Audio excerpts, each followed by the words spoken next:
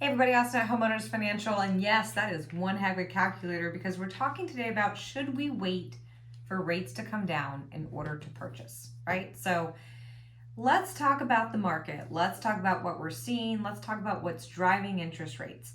So first of all, we know that rates are really being driven up currently to stop or curb inflation, right? So there's been all this money pumped into the marketplace. The feds were buying bonds. People are getting paycheck protection, whether or not they qualified. I mean, true story. I know some people like it actually didn't impact me, but I qualified, so I just took the money. I'm like, oh great, I'm so glad my taxpayer money is going to pay that back for you. Just go spend some money.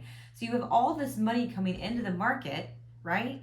And with increased demand and more money to spend, prices are increasing, right? This is overall and also for housing.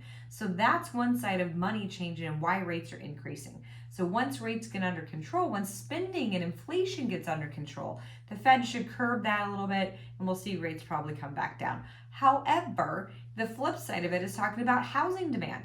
Housing demand is increasing. We as a country have not built enough supply for the past 20 years. For the past 20 years, our population's been growing and our supply has not matched that demand.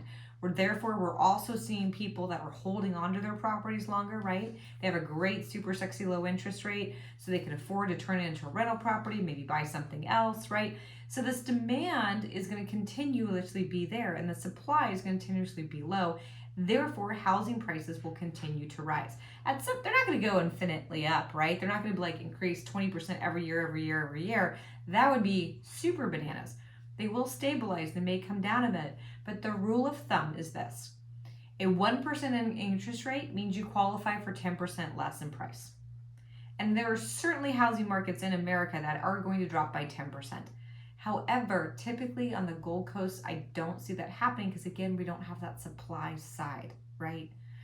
So if you can afford the payment, you can qualify for the payment, I say buy now because we can refinance that loan in the future. We can't necessarily find another property. Hopefully that gives you a little impact. If you want to look at the cost of waiting, if we want to look at rent versus buy, let me know. We're all here to help. It's Austin Homeowners Financial. Make it a great day.